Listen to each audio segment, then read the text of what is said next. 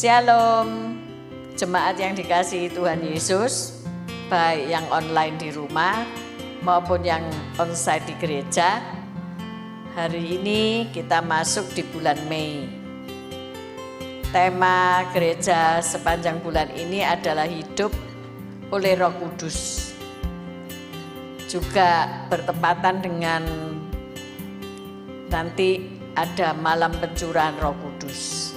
Mari kita sungguh-sungguh mau hidup dipimpin oleh Roh Kudus sehingga kita menghasilkan buah-buah Roh Kudus. Saya percaya ketika kita mau dipimpin oleh Roh Kudus, apapun permasalahan yang kita alami, kita akan mendapatkan jalan keluar. Jika engkau sakit, engkau disembuhkan. Jika engkau kekurangan, engkau diberkati. Jika engkau memiliki banyak masalah, diberikan jalan keluar. Semangat, mari minta urapan dan kepenuhan oleh Roh Kudus. Puji Tuhan, haleluya. Sampai ketemu, God bless you. Shalom Bapak Ibu yang terkasih dalam Tuhan. Apa kabarnya? Kami mendoakan agar kita bisa berada dalam keadaan yang baik-baik saja ya. Kami mengundang Anda untuk dapat hadir pada ibadah raya yang diadakan setiap hari Minggu jam 8 pagi. Kami juga mengundang Anda untuk dapat hadir pada ibadah doa lawatan yang diadakan setiap Kamis jam 7 malam. Kami mengucapkan banyak terima kasih kepada Bapak dan Ibu yang sudah menabur.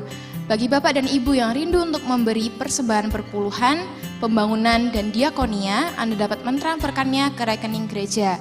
Sekian pengumuman, terima kasih. Shalom semuanya. Buat kalian yang merasa muda seperti kita, saya undang kalian untuk mengikuti ibadah youth setiap hari Sabtu jam 5 sore di gereja. Dan jangan lupa buat kalian join komsel kita, Komsel Youth, jam 7 malam setiap hari Jumat di gereja. Kami tunggu kehadiran teman-teman. God bless you. Bye, see you. Shalom teman-teman. Kami mengundang teman-teman untuk datang ke gereja Anak hari Minggu jam 10 pagi. Jangan lupa sekolah doa hari Kamis jam 6 sore. God bless you.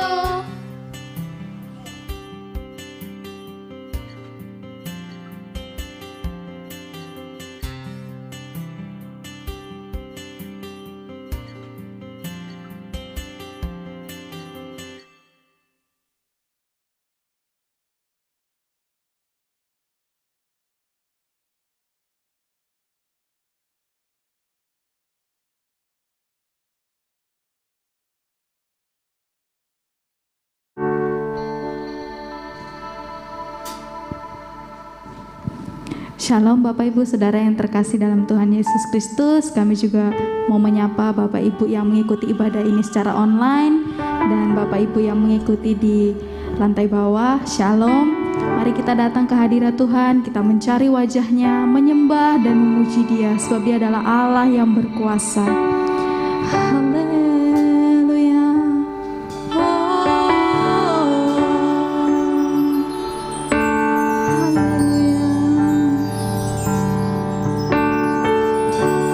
Saat ku menyembah-Mu, Roh-Mu bekerja.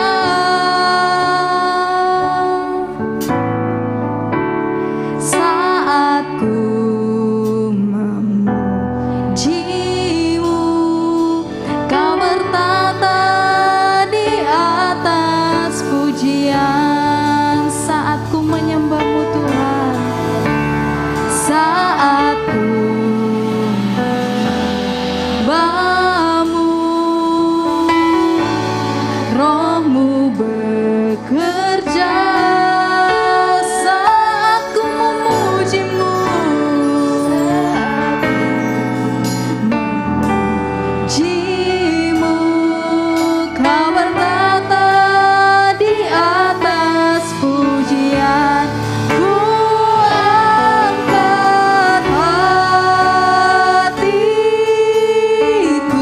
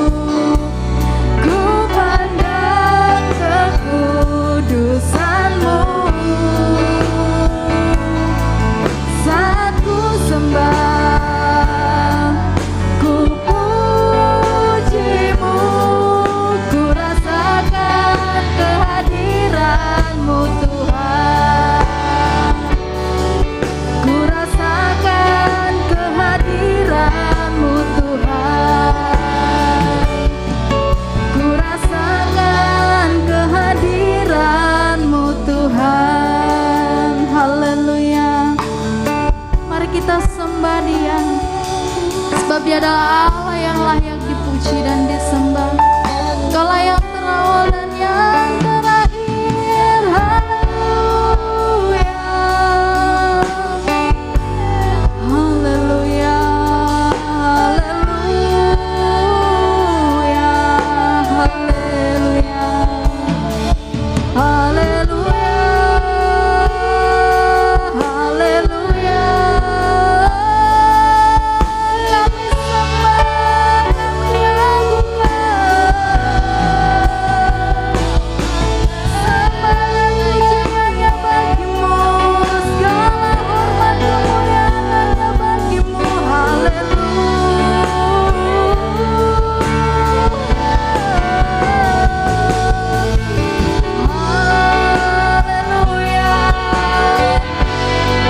Kaulah Alfa dan Omega dan yang terawal terakhir. Haleluya, Kaulah gunung batu kayu, kota benteng perisai perlindungan. Haleluya, kami bawa korban syukur bersama kepadamu ya Yesus. Haleluya, sembah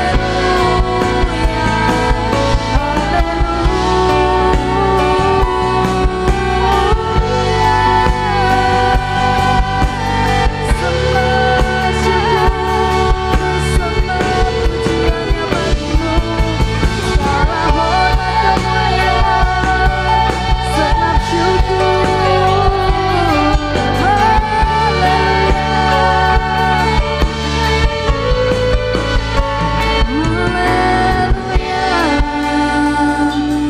Haleluya, haleluya. Dia hadir di tempat ini, Bapak Ibu Saudara. Mari sama-sama kita menaikkan pujian yang terbaik buat Dia.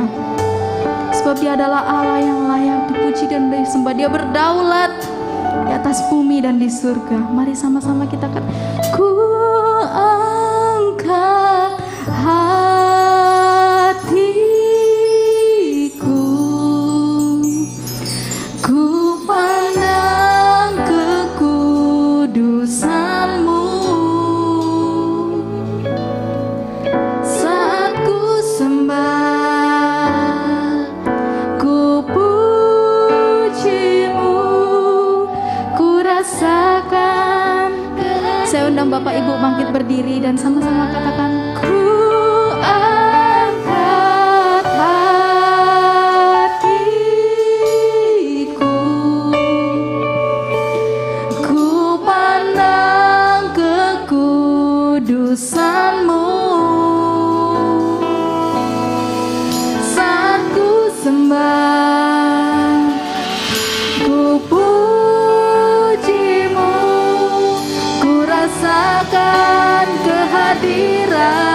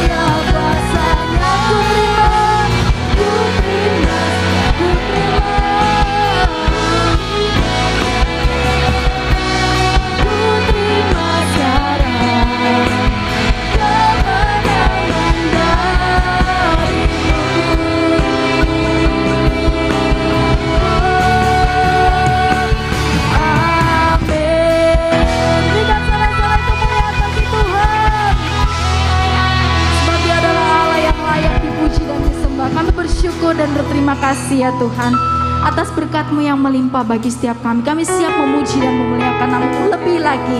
Yang siap memuji Tuhan katakan amin. Bapak Ibu percaya bahwa Yesus naik ke surga, Dia mencurahkan Roh Kudus-Nya bagi setiap saya dan saudara. Amin. Mari tengok kanan kiri, katakan anggur baru telah tercurah bagi saya dan saudara. Haleluya.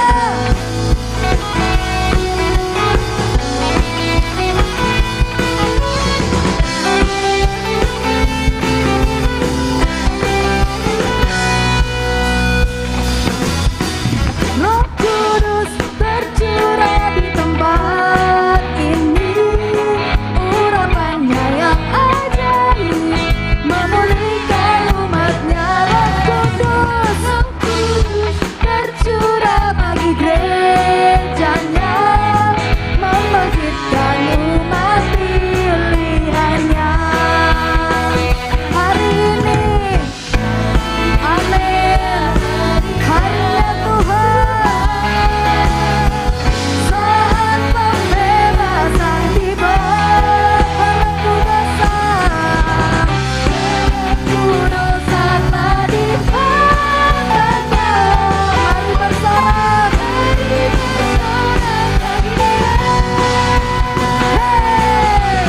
Anggur baru tercurah, penuhi umatnya dengan sukacita. Haleluya. Minyak baru tercurah, urapi umatnya, nyata kuasanya.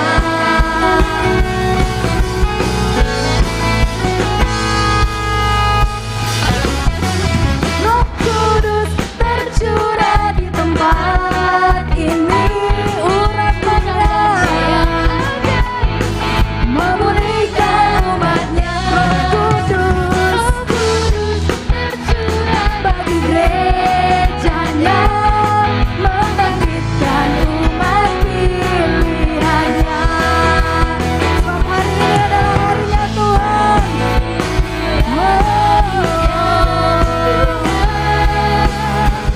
Saat pembebasan tiba, pelaku dosa dipatahkan. Mari bersama-sama.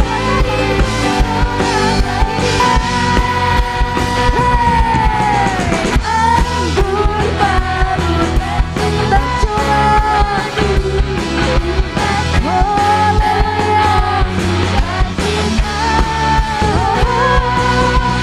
minyak baru tercurah, urapi umatnya, nyata kuasanya. Anggur baru, mari kita saling memberkati. Anggur baru telah tercurah bagi saya dan saudara. Haleluya. Sukacita, minyak baru tercurah, urapi umatnya, nyata kuasanya. Anggur baru tercurah, penuhi umatnya dengan sukacita. Haleluya. Minyak baru tercurah, urapi umatnya, nyata kuasanya.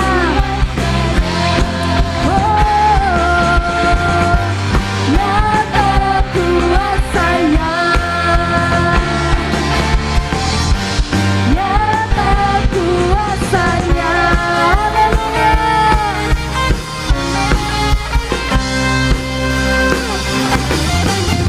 Berikan sorak-sorai kemuliaan bagi Tuhan. Sebab anggur baru telah tercurah, kekuatan baru bagi saya dan saudara. Haleluya. Silakan duduk Bapak Ibu. Kita akan memberikan persembahan. Namun sebelumnya ada pengumuman tambahan. Pada hari Kamis tanggal 26 Mei 2022 kita akan merayakan ibadah kenaikan Yesus Kristus yang diadakan jam 8 pagi di gereja. Saya ulang lagi, pada hari Kamis 26 Mei ibadah kenaikan Yesus Kristus jam 8 pagi di gereja.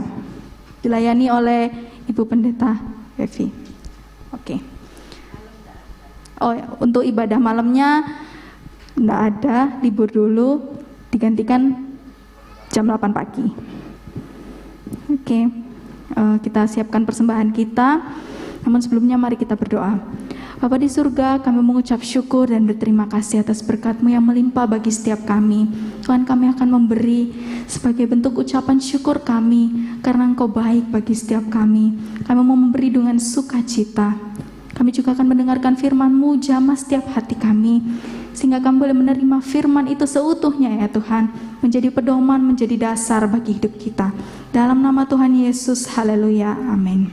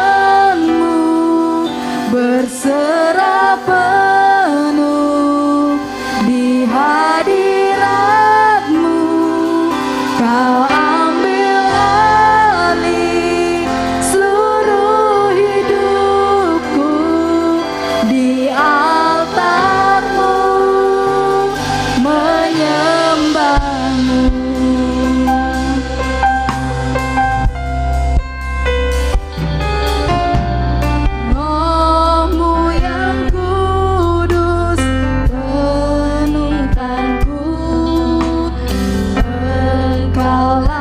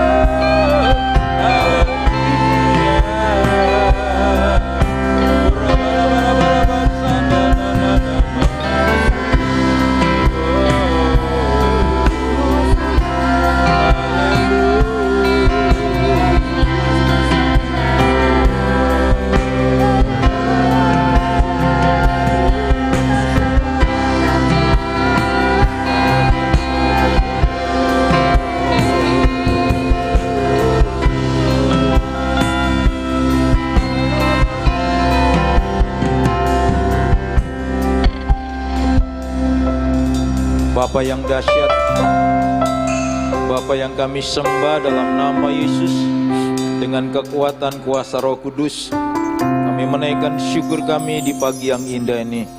Oleh anugerah, kasih dan rahmat-Mu, kami kembali boleh memberkati Bapa lewat pujian dan penyembahan kami, karena kami tahu Bapa duduk di atas puji-pujian kami dan sudah memberkati kami semua, dan sudah mengurapi kami semua yang hadir, sehingga yang lemah Bapa sudah kuatkan, yang sakit sudah disembuhkan, yang susah sudah dihiburkan.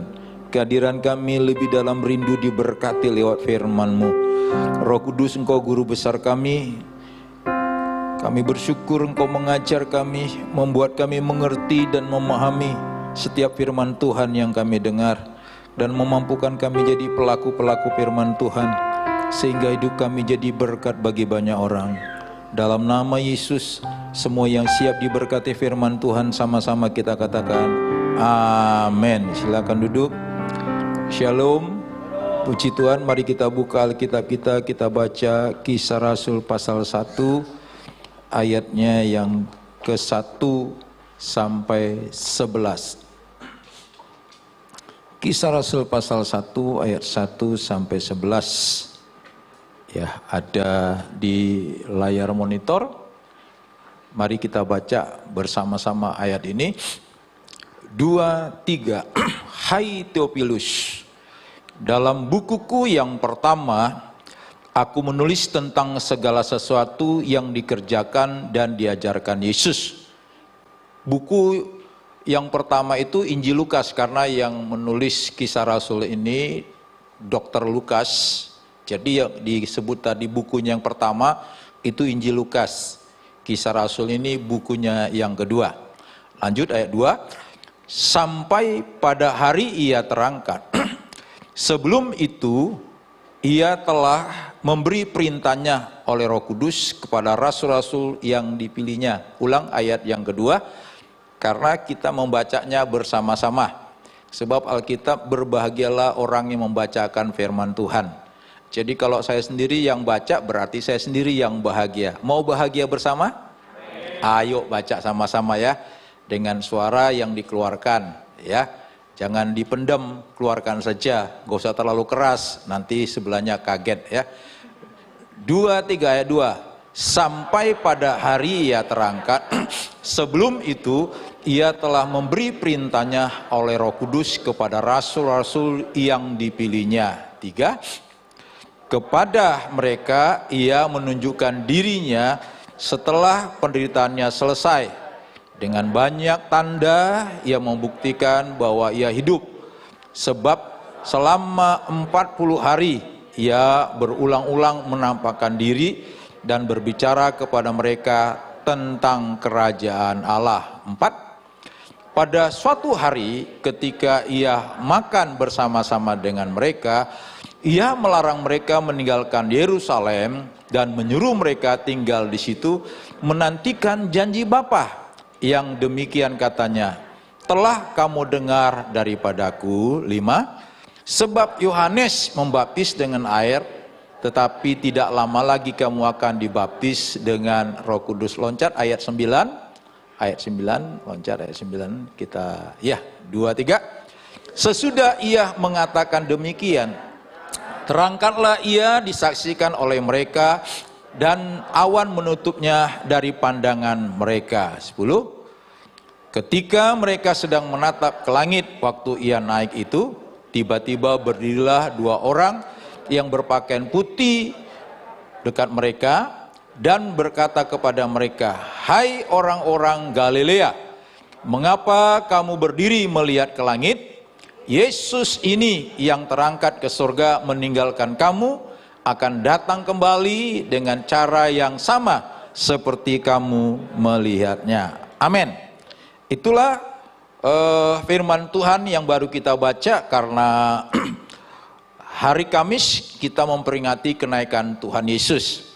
Nah, saya menyampaikan firman Tuhan pagi hari ini, pesan Tuhan Yesus sebelum naik ke sorga. Jadi pesan Tuhan Yesus sebelum naik ke sorga. Biasa kalau papa mama mau pergi keluar kota, keluar pulau, Dia tinggalkan anaknya atau ada pembantu di rumah, biasa sampai pesan-pesan begitu ya. Jadi sebelum Yesus kembali ke rumah Bapa di sorga, dia berkata karena dia akan datang kembali dengan cara yang sama, kita akan bertemu dengan Yesus di awan-awan yang permai. Dia berkata, dia menyampaikan pesan-pesannya. Apakah pesan-pesan Yesus? Mari kita lihat pesan yang pertama. Kita membaca, saudara, ya, pesan pertama dari Tuhan Yesus, karena Yesus dia selama 40 hari ya berulang-ulang menampakkan dirinya kepada murid-muridnya untuk membuktikan bahwa dia hidup. Ya, karena kenapa 40 hari itu rahasianya Tuhan. Kita tidak main angka-angka di sini. Kenapa 40 hari? Karena memang manusia itu cenderung suka lupa. Ya. Jadi kalau 40 hari diulang-ulang pasti mengertinya kuat. Ya. Kita dengar khotbah saja hari ini, nanti minggu depan ada khotbah lagi, minggu yang ini pasti lupa, saudara. Tapi kalau khotbah itu terus diulang-ulang, makanya kenapa ada kitab Kejadian, saudara, ada kitab Keluaran, karena setiap kejadian kepingin ada jalan keluar.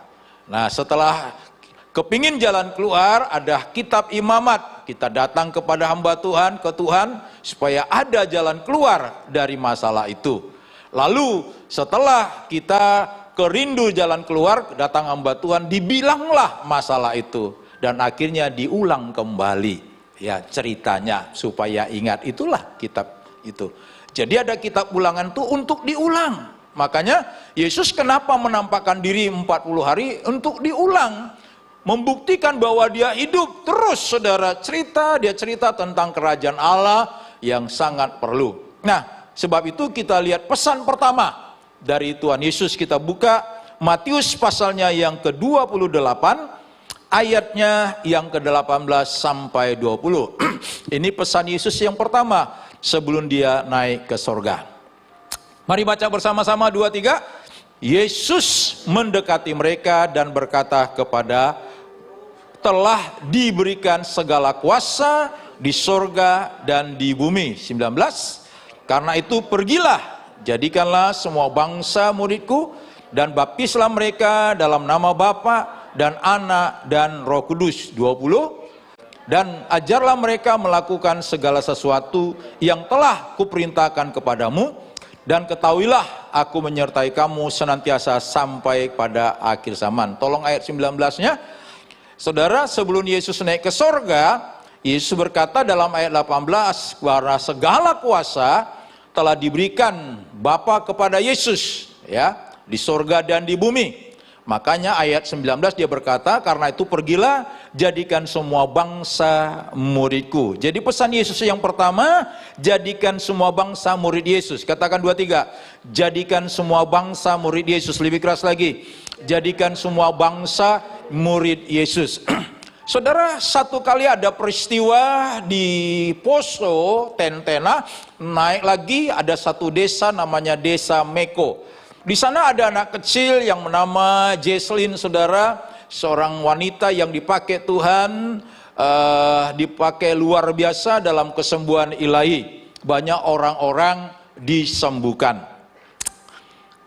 Itu 2007 mulai Januari Februari. Lalu banyak beredar bahwa itu sesat. Anak kecil nggak penuh Roh Kudus dari gereja Protestan, kok bisa doakan orang sakit sembuh? Padahal sangat jelas, saudara, di dalam Markus pasal 16 ayat 16, ya, barang siapa yang percaya dalam nama Yesus mengusir setan dan lain-lainnya. Jadi bisa, saudara, menyembuhkan orang sakit. Yang penting kita percaya Yesus, tetapi harus ada kelengkapannya. Nah, saya rasa penasaran, pergilah saya dengan istri karena dulu saya melayani di Palu, istri saya keluarga besarnya di Palu, sangat besar keluarga di sana. Kalau dikumpul kurang lebih ada 400 orang keluarga besar istri saya. Karena istri saya punya koko, punya adik-adik, saudara, semuanya itu 18 orang. Ya, jadi anak cucu, cicit dan cocotnya dikumpul ada kurang lebih 400 orang saudara ya. Jadi kita kembali ke Palu, pergilah kita ke Tentena. Melihat peristiwa itu, saudara, waktu saya sampai di sana, wah, padahal itu desa, ya. Kalau hitung-hitung mungkin hampir 10.000 yang hadir, saudara. Padahal itu desa, jadi sampai bikin tenda di luar-luar, di jalan-jalan. Nah, saudara, ibadah itu dimulai jam 7 malam. Setiap Kamis, saudara, Jumatnya pengurapan. Nah, ibadah jam 7 malam sampai jam 12 malam, 5 jam itu non-stop ibadahnya. Tapi nggak ada khotbah. Yang ada puji-pujian tok. Ya, puji-pujian tok, ya. Dan puji-pujian itu diulang-ulang, ya. Saudara bisa sampai setengah jam misalnya, ya. Tiap orang harus tahu siapakah Yesus. Bagi aliran Pantekosta lagu ini sudah dihafal. Tapi yang hadir waktu itu yang beragama Buddha, Hindu, Islam itu banyak sekali, saudara, ya. Karena apa? Mereka ingin mendapatkan kesembuhan. Jadi kalau lagu setiap orang harus tahu, saudara, atau ada kuasa dalam darah Yesus, orang Pantekosta 2 kali dinyanyikan pasti bisa nyanyi dan hafal. Tapi orang yang nggak pernah tahu lagu ini, kita nyanyi 2-3 kali tetap mereka tidak tahu. Tapi kalau lagu itu diulang-ulang setengah jam, pasti jadi hafal, saudara. Ya, jadi mereka pulang setiap orang bisa tahu, makanya 5 jam ibadah, mungkin 7-8 saja lagunya, saudara. 5 jam khotbah, puji-pujian. Itu aja diulang-ulang. Setiap orang tapi Yesus ada kuasa dalam darahnya, bilut. Itu diulang, saudara, sampai setengah. Pokoknya sampai betul-betul tuh hafal, saudara. Dan jam 12 malam mulai, itu saya lihat orang lumpuh berjalan, buta melihat. Mujizat terjadi. Jadi hanya puji-pujian 5 jam tok, saudara. Gak ada khotbahnya. Lalu besok pagi ada pengurapan, saudara. Orang-orang diurapi. Nah, saudara, waktu saya di sana jam 6 sore, keluarga dari anak ini, saudara, mengumumkan bagi umat muslim, silakan sembahyang dulu. Saya bilang di sini nggak ada musola, di sini nggak ada masjid. Kenapa disuruh sembahyang, saudara? Saya diam saja, bertanya kepada Tuhan apa maksudnya. Nah, setelah itu, saudara, saya balik ke Palu. Nah, saya dengarlah berita-berita. Bayangkan, hampir semua kantor pemerintahan itu yang mayoritas muslim, saudara, berkata kepada teman-temannya, mau nggak saya doakan engkau sembuh di dalam nama Yesus. Nah, saudara, bayangkan di kantor-kantor, bayangkan mereka bukan pengikut Yesus, tapi cerita Yesus. Sampai di masjid diumumkan, sekarang, wah, sudah orang-orang Kristen mengajak semua jadi murtad menjadi pengikut Yesus. Itu bayangkan khotbah di masjid. Lalu Tuhan kasih pengertian kepada saya begini, jadikan semua bangsa itu muridku, bukan orang beragama. Jadi Bapak Ibu, kalau ada teman kita, keluarga kita, om kita, agama pun apapun, ceritakan saja Yesus, jangan ajak dia pindah agama. Biar dia tetap dalam agamanya, pokoknya jadikan dia murid Yesus. Kalau satu saat dia pindah agama itu urusannya, tapi jadikan dia dulu murid untuk mengerti kebenaran firman Tuhan yang sangat dalam. Ini pesan Yesus. Jadi jangan jadikan orang pindah agama, saudara. Jadikan murid dulu. Terus siapa Yesus? Kenalkan Yesus itu. Siapa Yesus sebenarnya? Tujuan ikut Yesus itu apa? Surga, ya. Itu tujuan goalnya kita. Jadi ceritakan nanti soal pindah agama itu urusannya. Kenapa, saudara? Setiap orang, dari kita lihat kejadian yang ada artis-artis bertobat terima Yesus, saudara, lalu diundang bersaksi, nggak lama kemudian balik lagi. Loh ya, itu dulu ya, banyak artis-artis saya masih ingat, saudara. Kenapa? Karena mereka belum disiapkan jadi murid. Jadi kalau kita menangkan satu jiwa dari bukan pengikut Yesus, jangan suruh pindah agama, muridkan dulu dia. Tetapi saudara, sebelum kita memuridkan dia, kita dulu jadi murid. Makanya kita harus mengerti firman Tuhan, saudara. Nah, saya sebagai hamba Tuhan, saudara, apalagi saya di bidang misi, itu saya banyak keluar pulau, ke kota-kota, dalam pelayanan, saudara, seperti di mimbar. Satu kali saya diundang anak rohani saya, saudara, di satu kota, karena dulu dia di Palu, jemaat, dia ketua kaum muda, setelah dia menikah, kembali ke kotanya, di Sulawesi, saudara, ya, Sulawesi Selatan. Dan ada satu kota di sana, dia masuk di salah satu gereja aliran Pantekosta. Nah, lewat pujian penyembahan, gereja itu mulai terbangun. Tetapi waktu saya diundang khotbah di situ, saya dengar pelayan Tuhannya, saudara, tidak berbahasa roh. Ya, lalu saya minta izin bagaimana para pelayan Tuhan, saya ingin doakan. Ternyata pelayan Tuhannya itu kurang lebih ada 70 orang, tetapi yang penuh Roh Kudus, saudara, hanya 10%. Saya bilang, bagaimana Anda melayani Tuhan, tetapi Anda tidak punya kuasa dalam melayani? Ya, rindukah Anda penuh Roh Kudus? Lalu saudara, saya sampaikan firman Tuhan tentang baptisan Roh Kudus, dan akhirnya mereka maju, semuanya penuh Roh Kudus. Jadi waktu hari Minggu saya khotbah lagi, saudara, ya mereka semua sudah berbahasa roh. Jadi sebelum kita memuridkan orang lain, kita harus jadi murid. Nah, murid itu butuh ya pengertian firman Tuhan, karena murid itu butuh, saudara, baptisan Roh Kudus. Coba kita baca kembali Kisah Rasul pasal 1 tadi, ayat 4 dan 5. Kita lihat kata-kata Yesus ini, ya. Kisah pasal 1 ayat 4 dan 5. Yuk baca sama-sama. 2, 3.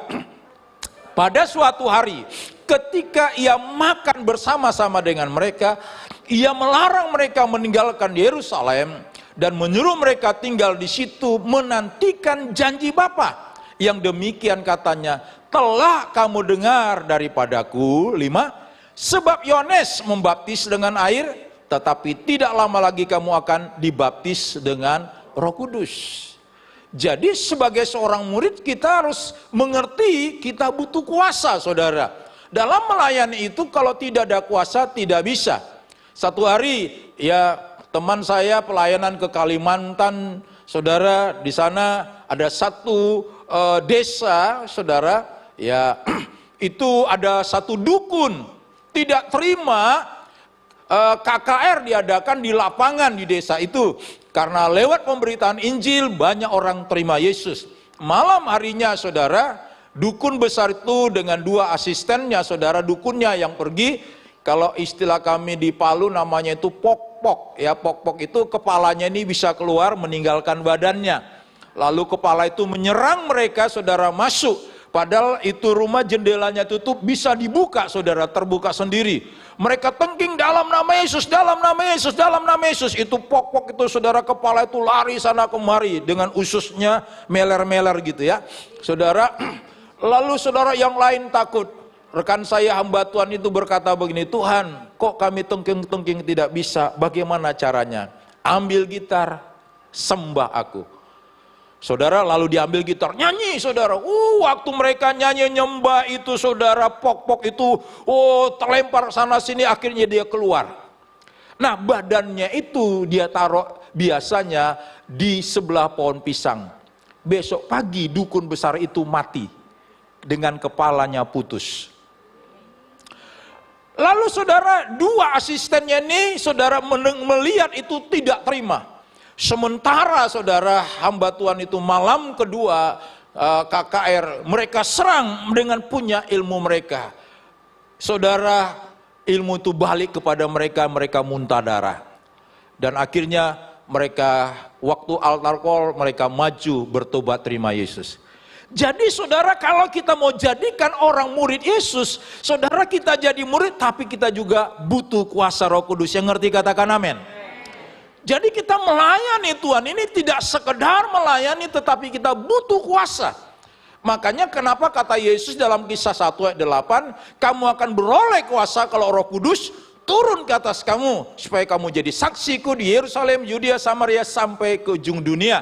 Karena kata kuasa dalam Kisah pasal 1 dalam bahasa Yunani dikatakan dunamis, dinamit, ada satu ledakan, ada satu kuasa saudara. Jadi kalau dinamit itu meledak saudara, maka membuat sekitarnya hancur. Demikian juga kalau ada kuasa Roh Kudus dalam diri kita, tak kala kita melayani, karena kita, kata Alkitab oleh Rasul Paulus di dalam Efesus pasalnya yang ke-6 ayat 10 mulai, bahwa perjuangan kita bukan dengan darah dan daging, tetapi dengan penguasa-penguasa di udara. Saudara, jadi kita lawan iblis itu roh dengan roh. Saya masih ingat saudara, waktu sebagai seorang misi kami masuk kota Pasuruan, saudara. Waktu kami masuk kota Pasuruan, saudara, kami menghadap BAG di sana, saudara. Ketuanya lalu berkata, Pak Pendeta, di sini sudah ada 11 sinode gereja, sudah sepakat kami tanda tangan tidak ada boleh sinode gereja apapun boleh masuk di Pasuruan ini. Sudah, jadi kami tidak boleh. Lalu saudara, setiap Jumat dari Surabaya kami pergi ke Pasuruan, kami berdua kelilingi Pasuruan. Selama 3 bulan kami kelilingi kota Pasuruan. Setelah 3 bulan saudara, ada penglihatan di kota Pasuruan itu ditutupi awan gelap. Tiba-tiba ada satu cahaya membelah ya awan itu, akhirnya cahaya itu bisa masuk ke kota Pasuruan. Lalu saya bilang stop, kita berdoa keliling.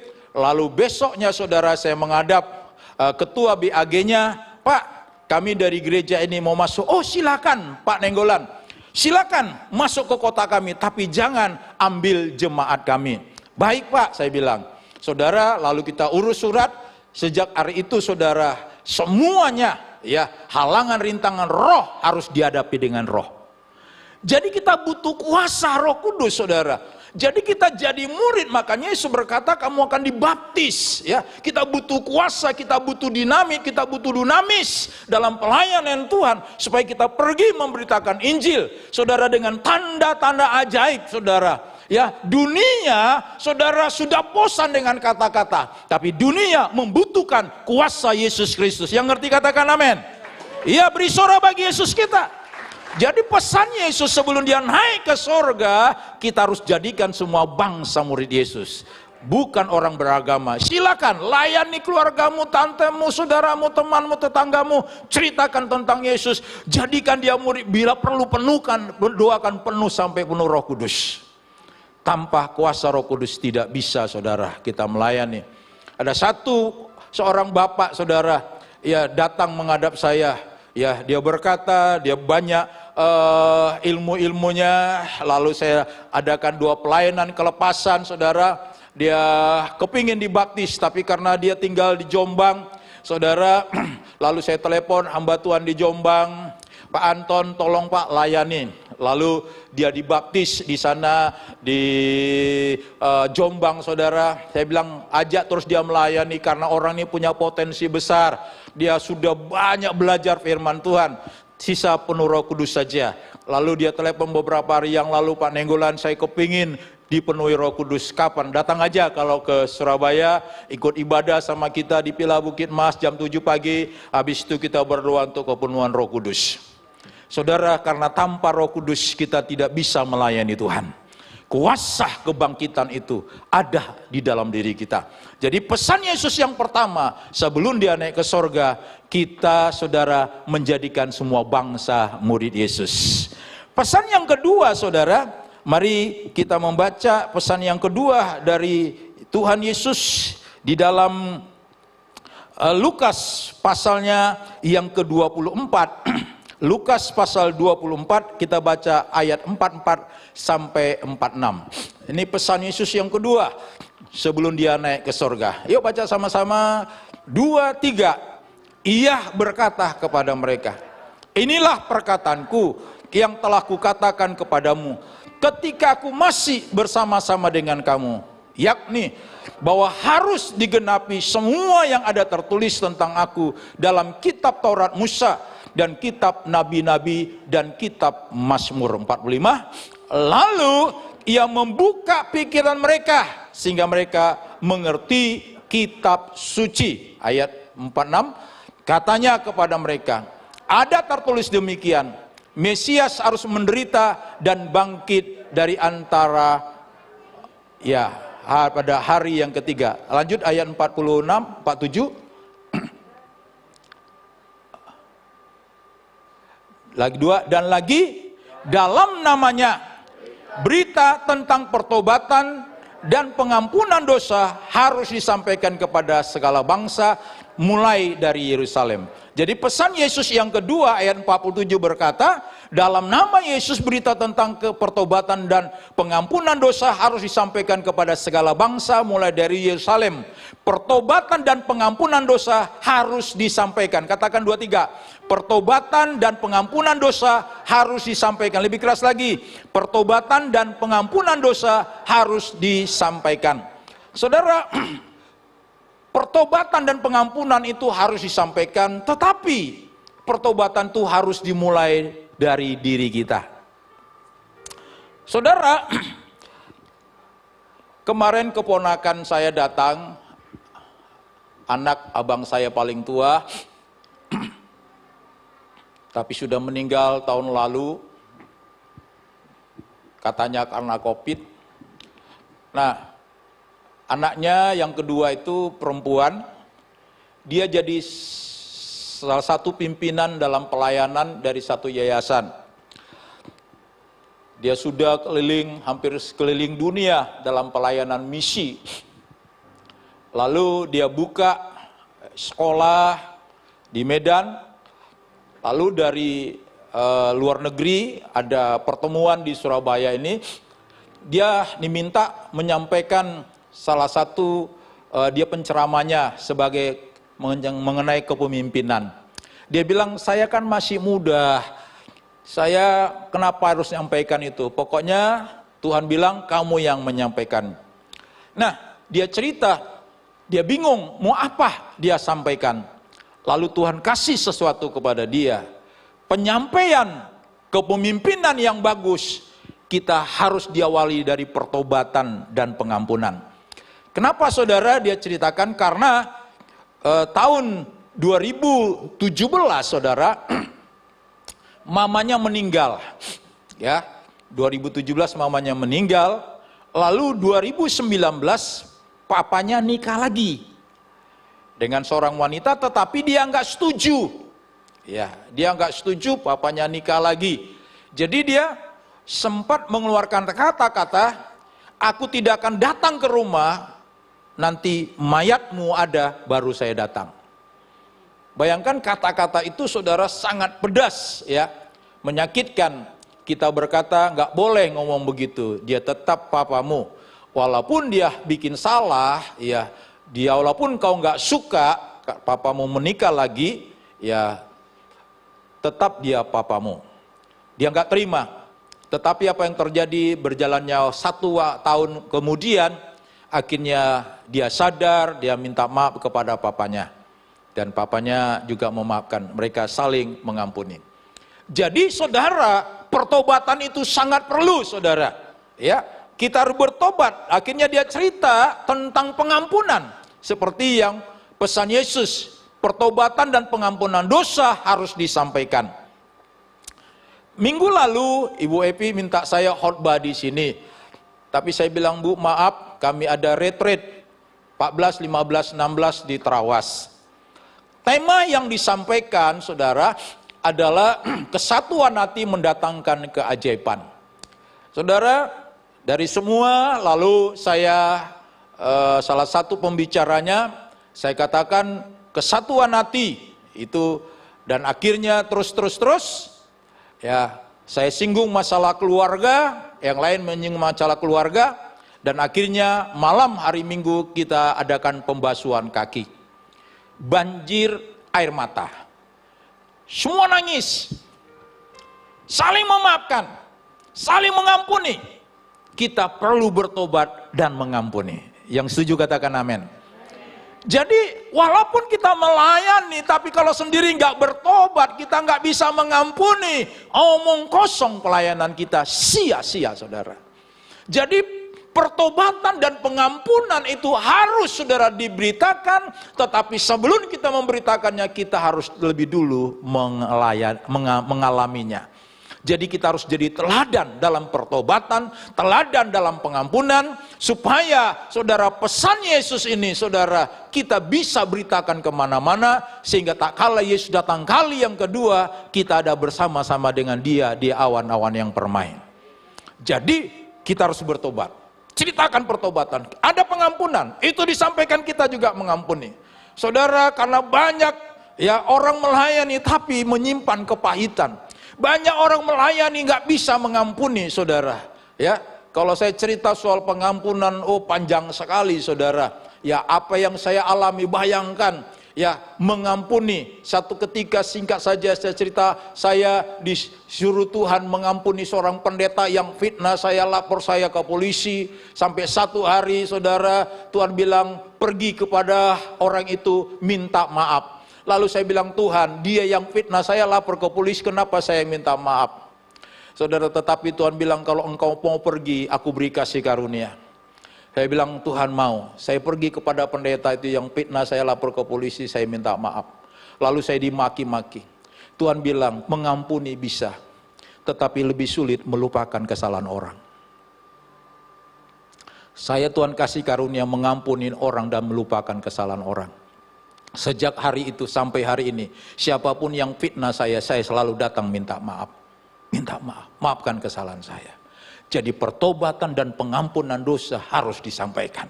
Biarlah kita melayani Tuhan, saudara, dengan pertobatan yang sungguh-sungguh dan pengampunan yang sungguh-sungguh. Saudara, di retret itu banjir air mata, kenapa? Karena salah satu titik yang saya sampaikan dan semua yang saya sampaikan masalah keluarga. Karena banyak pelayanan suami istri dan anak, saudara saling tidak bisa mengampuni. Istri nggak bisa mengampuni, anak nggak bisa mengampuni. Waktu kita berdamai, luar biasa mujizat terjadi. Keajaiban terjadi. Banjir air mata, saudara. Jadi pertobatan dan pengampunan dosa itu dimulai, ya saudara, dari keluarga, dari diri kita sendiri. Kalau itu terjadi, saya percaya, saudara, kita akan lakukan pesan Yesus. Bukan saja menjadikan semua bangsa murid Yesus, tapi kita bertobat dan kita menyampaikan pengampunan. Yang terakhir, pesan Yesus yang ketiga.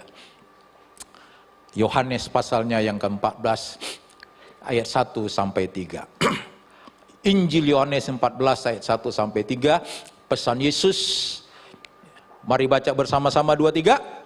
Janganlah gelisah hatimu, percayalah kepada Allah, percayalah juga kepadaku. Di rumah Bapakku banyak tempat tinggal. Jika tidak demikian, tentu aku mengatakannya kepadamu. Sebab aku pergi ke situ untuk menyediakan tempat bagimu. 3. Dan apabila aku telah pergi ke situ dan telah menyediakan tempat bagimu, aku akan datang kembali dan membawa kamu ke tempatku, supaya di tempat di mana aku berada, kamu pun berada. Pesan Yesus yang ketiga kepada kita, Dia sediakan rumah bagi kita. Yesus menyediakan rumah. Katakan 2-3. Yesus menyediakan rumah. Lebih keras lagi. Ya, jadi tak kala Yesus naik ke sorga, Dia berkata, aku pergi ke rumah Bapa untuk menyediakan tempat bagimu. Satu kali, saudara, orang bertanya kepada saya, Pak, apa pekerjaan Bapak? Saya bilang saya agen. Agen apa, Pak? Real estate. Di mana, Pak? Wow, real estate-nya sangat bagus, Pak. Sangat mewah, saya bilang. Ya, luar biasa. Harganya mahal, Pak. Tapi kalau Bapak mau dikasih gratis. Kok bisa, Pak? Bayangkan lantainya itu loh, Pak, dari emas murni, Pak. Temboknya itu loh, Pak, dari 12 batu permata yang mahal. Loh, real estate apa, Pak? Sorga. Sorga. Saya agen properti kerajaan sorga, Bapak Ibu. Iya, saya menawarkan karena rumah Bapakku Yesus pergi ke sorga, naik ke sorga, Dia menyediakan satu real estate yang besar, yang lantainya dari emas, temboknya dari 12 batu permata yang mahal.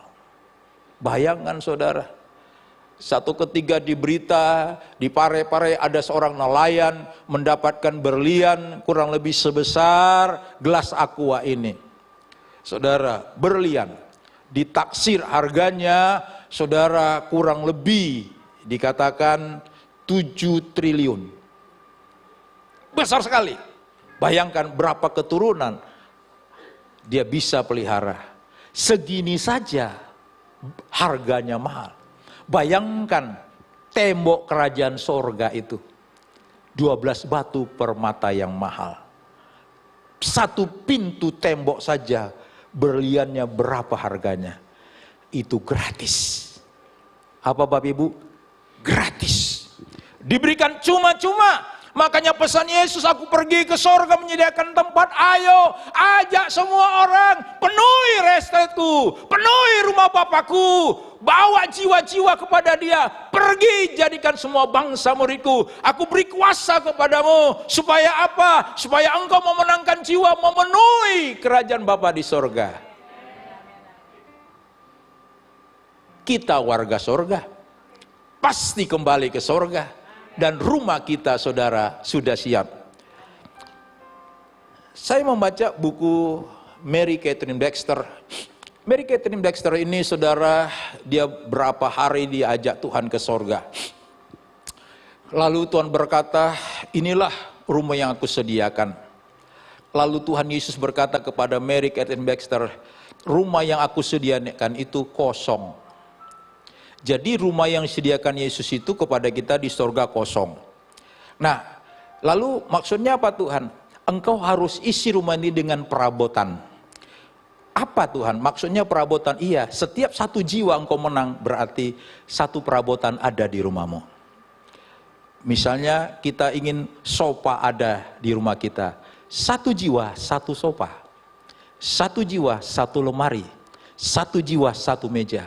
Nah, penuhi rumah kita di sorga dengan perabotannya. Yang setuju katakan amin. Dengan jiwa-jiwa. Kita menangkan satu jiwa, berarti ada perabotan kita. Bagaimana Pak kalau enggak mau menangkan jiwa? Berarti kosong rumah kita di sana. Tapi yang penting dulu masuk sorga dulu, saudara ya.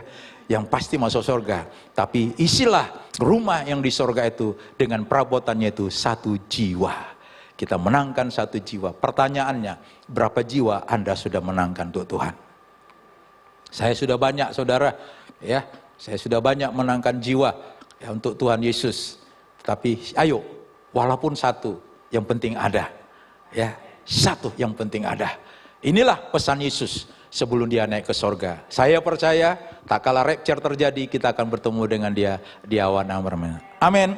Tuhan Yesus memberkati kita semuanya. Haleluya. Mari kita datang kepada Tuhan, kita angkat satu pujian, kita agungkan Dia, Raja di atas segala raja. Roh Kudus, Kau hadir di sini.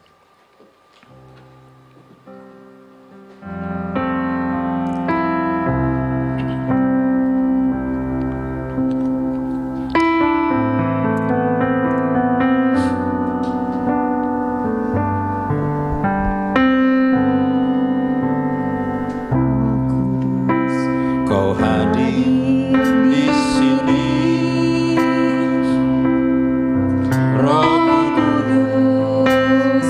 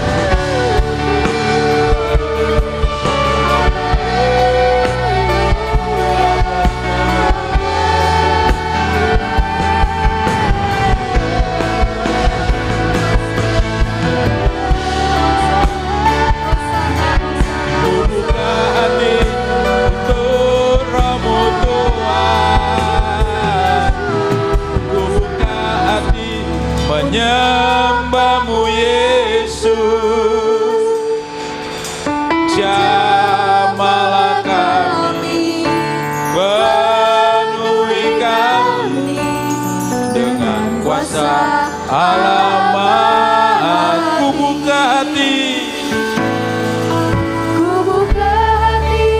untuk Rohmu Tuhan. Ku buka hati menyembahmu Yesus. Jamahlah kami, penuhi kami dengan kuasa Allah Maha Tinggi. Jamahlah kami, penuhi kami dengan kuasa Allah Maha Tinggi. Jamahlah kami, penuhi kami dengan kuasa Allah Maha Tinggi. Haleluya, beri kemuliaan bagi Tuhan Yesus. Sebelum ditutup ada pengumuman, yaitu doa lawatan pada Kamis malam ditiadakan, digantikan dengan ibadah pada Kamis pagi tanggal 26 pagi jam 8, yaitu ibadah kenaikan Tuhan Yesus Kristus. Dan setelah itu besoknya hari Jumat malam ada ibadah pencurahan Roh Kudus pada jam 7 malam selama terus sampai 10 hari ke depan sampai tanggal 5 Juni. Kita gereja mengharapkan semua jemaat hadir pada ibadah kenaikan Yesus Kristus dan juga pada ibadah pencurahan Roh Kudus selama 10 hari. Sebab kita semua pasti akan dipenuhi Roh Kudus. Amin. Dengan kuasa Roh Kudus yang kita punyai, kita bisa mengalahkan dunia. Amin. Haleluya. Terima kasih Tuhan Yesus. Terima kasih Yesus Tuhan. Firman-Mu sungguh luar biasa Tuhan, yang sudah disampaikan dengan benar oleh Bapak Pendeta Edward Nenggolan. Engkau berkati hamba-Mu ini, pakai hamba-Mu ini lebih lagi melayani Engkau Tuhan Yesus. Engkau memberkati keluarganya, Engkau memberkati jemaat yang dikebalakannya. Tuhan Yesus memberkati. Haleluya, puji Tuhan. Engkau juga memberkati seluruh jemaat yang hadir saat pagi hari di gereja-Mu, baik di lantai 1, di lantai 2 maupun yang ada di rumah mengikuti online daripada ibadah gereja ini. Engkau memberkatinya Tuhan Yesus. Terima kasih Tuhan Yesus. Yang sakit sudah disembuhkan, yang kekurangan sudah diberikan kelimpahan. Dan pekerjaan-pekerjaan kami, anak-anak-Mu di tempat ini diberkati Tuhan. Apapun yang dikerjakan menjadi berhasil dan beruntung. Sehingga tak kekurangan sesuatu apapun lah kami dalam menjalani kehidupan ini Tuhan Yesus. Ya Tuhan Yesus, kepala-kepala rumah tangga di tempat ini, imam-imam di dalam keluarga sanggup menghidupi keluarganya. Terima kasih Tuhan Yesus. Syukur hanya bagi-Mu Tuhan. Dengan pimpinan Roh Kudus-Mu kami bisa. Terima kasih Tuhan Yesus. Syukur hanya bagi-Mu Yesus Tuhan.